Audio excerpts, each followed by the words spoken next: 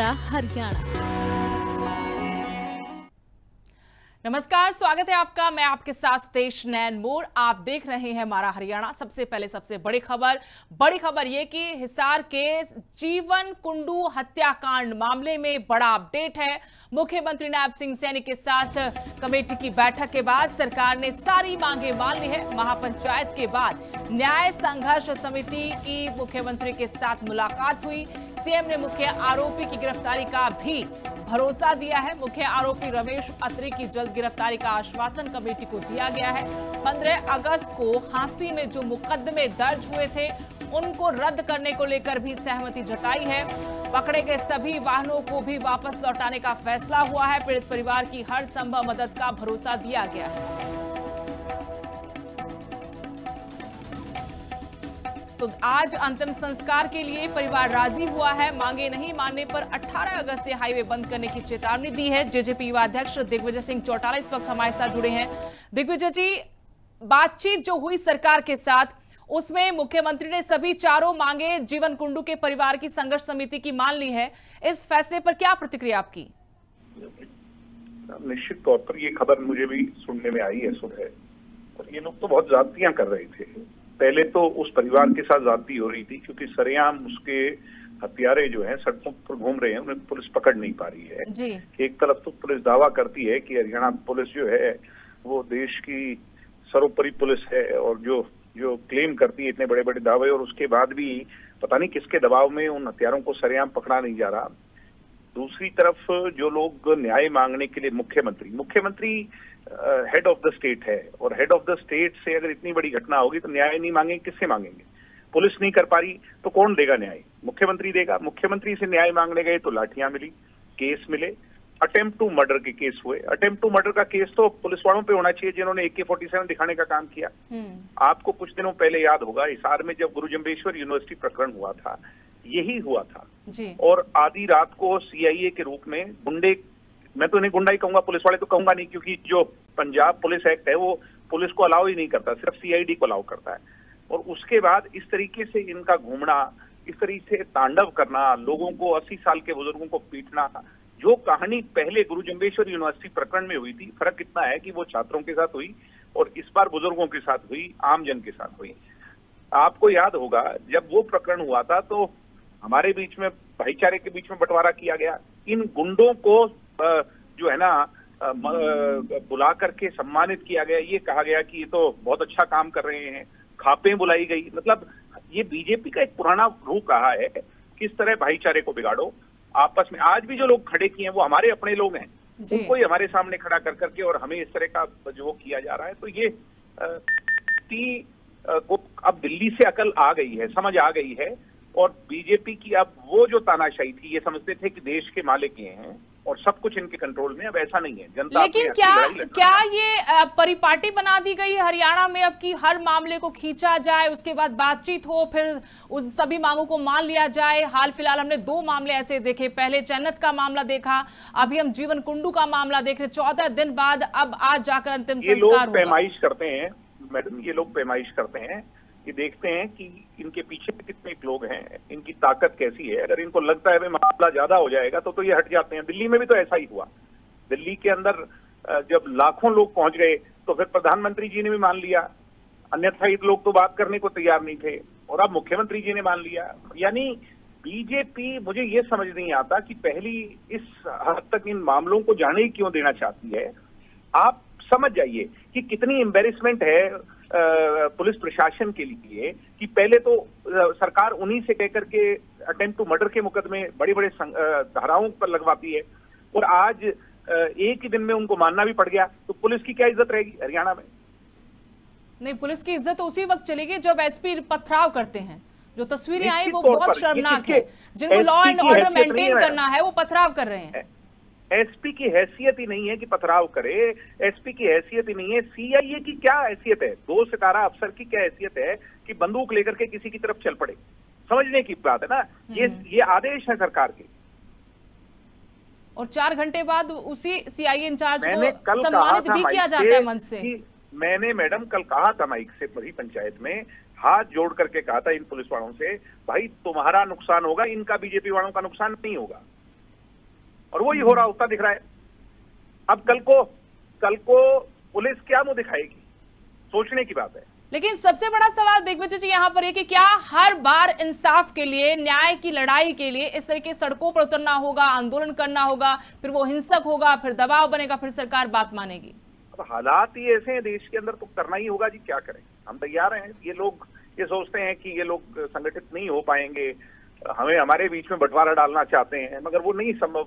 हम तो सामाजिक तौर पर और एक हरियाणवी के तौर पर किसी भी गरीब व्यक्ति, जरूरतमंद व्यक्ति को आवश्यकता पड़ती है तो सारा समाज, खाली खापे, किसान संगठन, सारे राजनीतिक संगठन एक मंच पे आते हैं। यही खूबी है हरियाणा की कि ये अन्याय को सहन नहीं करेगी धरती। हरि का निवास है और इसमें शांति बहाल हो और सब एक दूसरे के साथ कोई धर्म, संप्रदाय, जाति के नाम पर ना बंटे, सब पीसफुली रहें, यही हमारी सोच है। जी, बहुत बहुत शुक्रिया लिविंग इंडिया न्यूज से बातचीत के लिए दिग्विजय सिंह चौटाला जी, जेजेपी युवा अध्यक्ष। इन्होंने कहा कि मैं कल भी कह रहा था कि सीआईए के गुंडे हैं, वो पुलिस वाले नहीं बल्कि गुंडे हैं, और अब सरकार ने माना है, अब ये परंपरा बना दी गई है कि इसी तरीके से न्याय मिलेगा। लेकिन पूरा हरियाणा एक है, हरियाणवी एक है, और जहां जहां पर भी अन्याय होगा उस अन्याय के खिलाफ जरूर लड़ाई लड़ी जाएगी।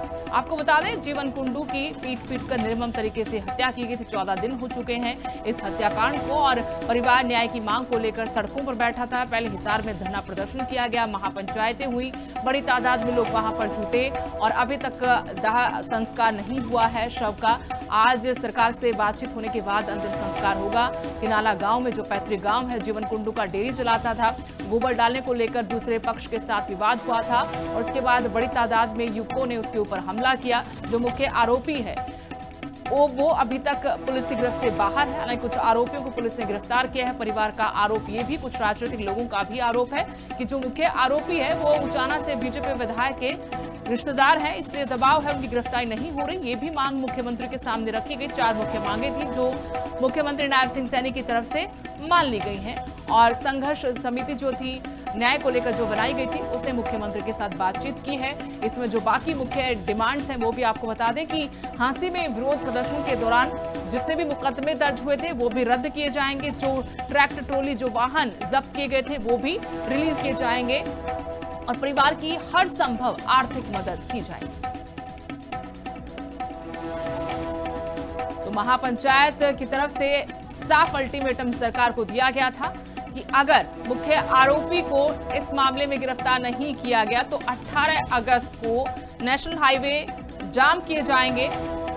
इससे पहले 15 अगस्त को हांसी में स्वतंत्रता दिवस के मौके पर मुख्यमंत्री का जो कार्यक्रम था उसका विरोध करने का फैसला किया था, और जब पूछ करने की कोशिश की गई तो पुलिस और प्रदर्शनकारियों के बीच में हिंसक झड़प हुई थी, लाठीचार्ज हुआ था, और सीआईए इंचार्ज पर गंभीर आरोप लगे थे। अपने साथी की AK-47 छीनने की कोशिश की थी और डराने धमकाने के आरोप, वो वीडियो और फोटो भी सोशल मीडिया पर वायरल हुई थी। एसपी भी पथराव करते हुए नजर आए थे। लेकिन अब मुख्यमंत्री के साथ जो बातचीत हुई उसमें संघर्ष न्याय समिति की सभी मुख्य 4 मांगों को मान लिया गया।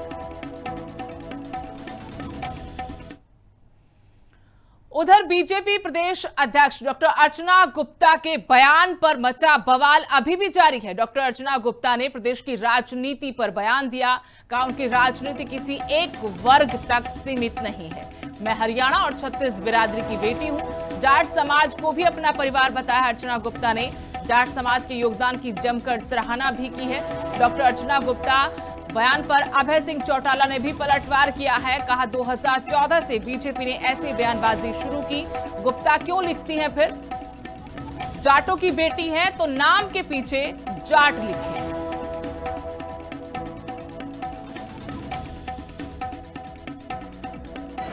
कौन इस तरीके से बयान दिया? गुप्ता क्यों लिखती है? फिर जाट लिख ले। जाटों की बेटी है तो लिख जा। मुझे कोई पूछे कि अभय सिंह कौन है, मैं खुल के कहता हूँ कि मेरा जन्म जाट के घर में हुआ।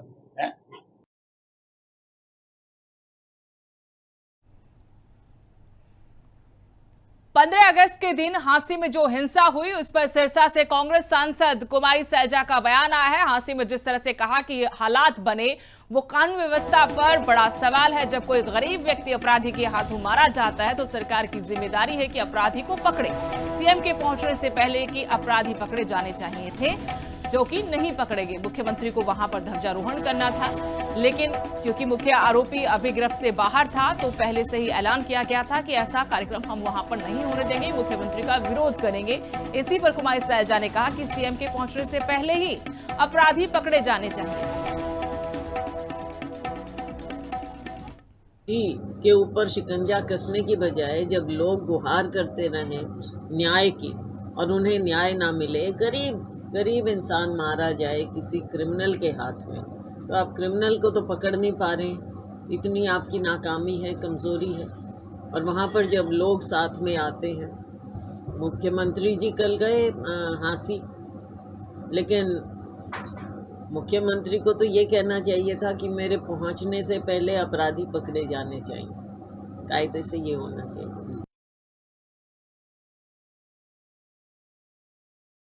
कुमारी सैलजा ने कहा कि मुख्यमंत्री को ये करना चाहिए था कि वो कहते कि मेरे पहुंचने से पहले अपराधी पकड़े जाएं। एक गरीब इंसान अगर मारा जाएगा अपराधी के हाथों तो वहां पर सरकार का फर्ज बनता है कि न्याय दिलाया जाए, अपराधियों को पकड़ा जाए। उधर यमुनानगर में वंदे मातरम को लेकर बीजेपी ने प्रदर्शन किया। भाजपा कार्यकर्ताओं ने कैंडल मार्च निकाला। मेयर कार्यालय से नेहरू पार्क तक ये मार्च निकाला गया। कांग्रेस के खिलाफ जमकर नारेबाजी की। वंदे मातरम का अपमान कहा कि हिंदुस्तान नहीं सहेगा। आपको बता दें कि बीजेपी सड़कों पर है। सोनिया गांधी पर वंदे मातरम राष्ट्रगीत के अपमान को लेकर मार्च निकाले जा रहे हैं। एक वीडियो सामने आया था जिसमें सोनिया गांधी किसी बात को लेकर वंदे मातरम के बीच में नाराजगी जाहिर कर रही थी। इसी को लेकर बीजेपी जगह जगह इस तरीके से मार्च कर सोनिया गांधी पर, कांग्रेस पर वंदे मातरम राष्ट्रगीत के अपमान का आरोप लगा रही है और माफी मांगने की मांग की जा रही है। का अपमान 15 अगस्त को कांग्रेस के केंद्रीय कार्यालय में श्रीमती सोनिया गांधी की उपस्थिति में खड़गे और राहुल ने किया। भारतीय जनता पार्टी इस अपमान को कभी सहन नहीं कर सकती और देश का प्रत्येक नागरिक उनके स्वभाव से अपने आप को अपमानित महसूस कर रहा है। भारतीय जनता पार्टी के प्रत्येक कार्यकर्ता ने सारे भारतवर्ष में आज इस समय कैंडल मार्च निकालकर अपना रोष प्रदर्शित किया है और परमपिता परमात्मा से प्रार्थना की है कि परमात्मा उनको सद्बुद्धि दे और वो वंदे मातरम का गान जहाँ पर हो रहा है उसका पूरा मान सम्मान करें और पूरे राष्ट्रगान को वो सुने।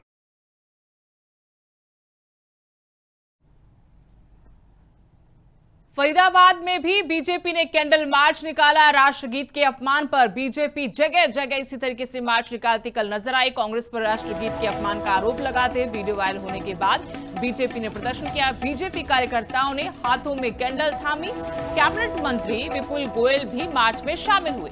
15 अगस्त का दिन शहीदों को नमन करने का दिन था, लेकिन कहा कि कांग्रेस कार्यालय से जो वीडियो आया वो बेहद शर्मनाक है।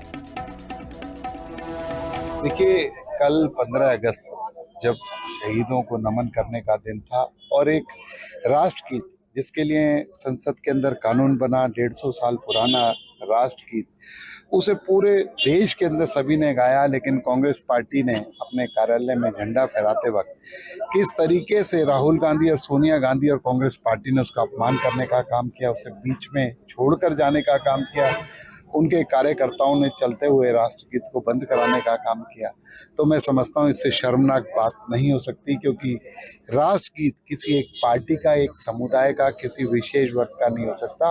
ये तो देश का राष्ट्रगीत है।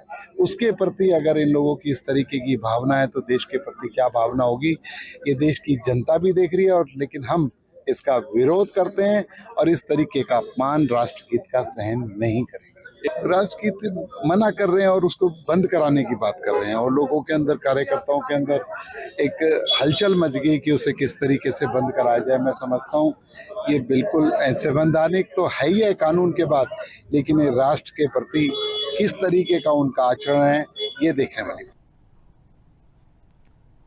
महेंद्रगढ़ में विश्वकर्मा जयंती पर भव्य समारोह 17 सितंबर को जांगीर समाज की तरफ से आयोजित किया जाएगा। मुख्यमंत्री नायब सिंह सैनी इस समारोह में शिरकत करेंगे बतौर मुख्य अतिथि। रामचंद्र जांगड़ा ने तैयारियों का जायजा लिया। विधायक कंवर सिंह यादव भी बैठक में मौजूद रहे। भगवान विश्वकर्मा को सृजन का प्रतीक बताया गया। कार्यक्रम में सामाजिक एकता का कहा कि संदेश दिया जाएगा। समारोह में बड़ी तादाद में लोग शामिल होंगे।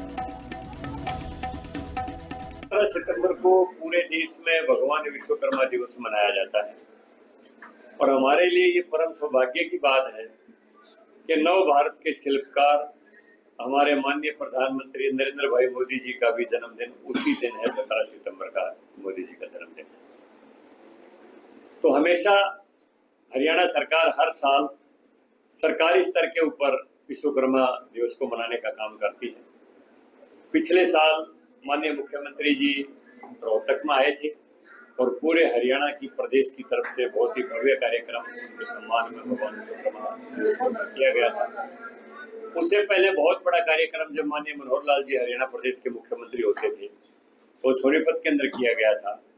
तो मैं समझता हूँ एक बहुत ही ऐतिहासिक रैली यहाँ पर होगी भगवान विश्वकर्मा दिवस के ऊपर, ऐतिहासिक कार्यक्रम होगा। हमारे लिए बहुत ही सौभाग्य की बात है कि इस कार्यक्रम को बहुत ही अच्छा भव्य बनाने के लिए आज हमारे बीच में हम सबका मार्गदर्शन करने के लिए आदरणीय रामचंद्र जी जांगड़ा पूर्व सांसद राज्यसभा हम सबके बीच में आए हैं और आने वाली 17 तारीख को माननीय मुख्यमंत्री जी हमारे जिले में भव्य कम प्रोग्राम करें भगवान विश्वकर्मा के लिए, जयंती के लिए।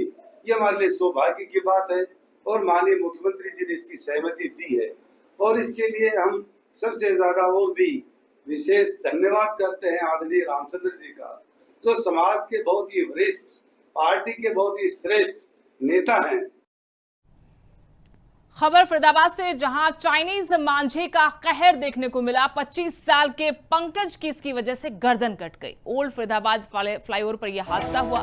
बाइक चलाते वक्त मांझा गर्दन से लिपट गया। गर्दन पर 11 सेंटीमीटर गहरा घाव हुआ। माथे पर भी 5 सेंटीमीटर की गहरी चोट लगी है। गंभीर हालत में पीड़ित को बीके अस्पताल पहुंचाया गया। प्राथमिक उपचार के बाद दिल्ली रेफर करना पड़ा।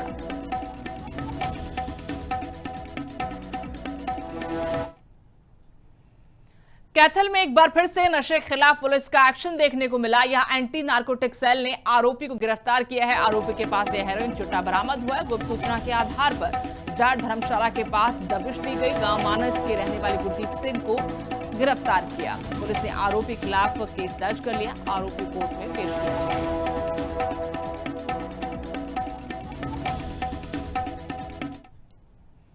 खबर भिवानी से, जहां नहर में एक युवक का शव मिला है। बापोड़ा दिनोद रोड पर बाइक समेत यह शव बरामद हुआ। 19 साल के मोहित के रूप में मृतक की पहचान हुई है। अज्ञात वाहन की टक्कर से हादसे की आशंका जताई जा रही है।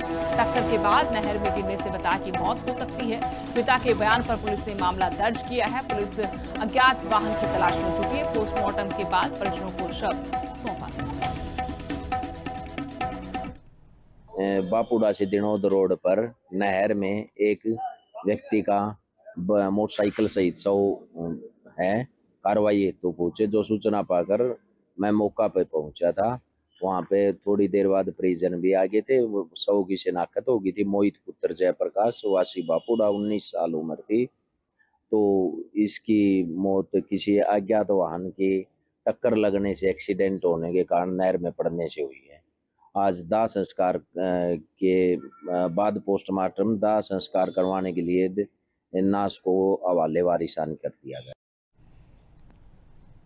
रेवाड़ी में हनुमान मंदिर में चोरी की कोशिश हुई है। बड़ा तालाब स्थित मंदिर, जहां एक युवक घुसा। सीसीटीवी में मंदिर के अंदर ये आरोपी चोर घूमता दिखा। पुलिस ने पुजारी पुजारी ने शोर मचाया। शोर सुनकर आरोपी मौके से फरार हो गया। पुलिस ने सीसीटीवी फुटेज कब्जे में ली है।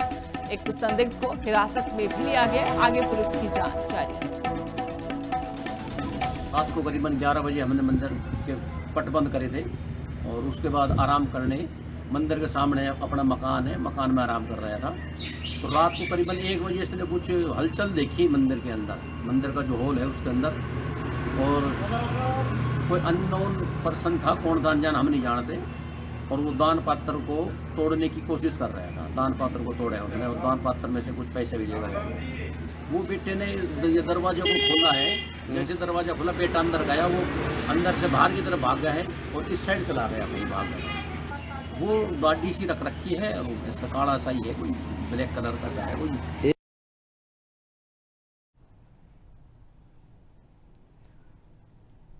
खबर हिमाचल से, जहां शिमला में दर्दनाक सड़क हादसा हुआ है। टालैंड खलीनी रोड के पास टैंकर से कार की टक्कर हुई है। हादसे में पुलिस के 2 जवानों की मौत की खबर है। कार और टैंकर के बीच जोरदार टक्कर हुई। एचएससी प्रवीण मेहता की मौत हुई है। कांस्टेबल हेमंत कुमार ने भी दम तोड़ दिया। हादसे के बाद मौके पर हड़कंप मच गया। पुलिस ने हादसे की जांच शुरू की।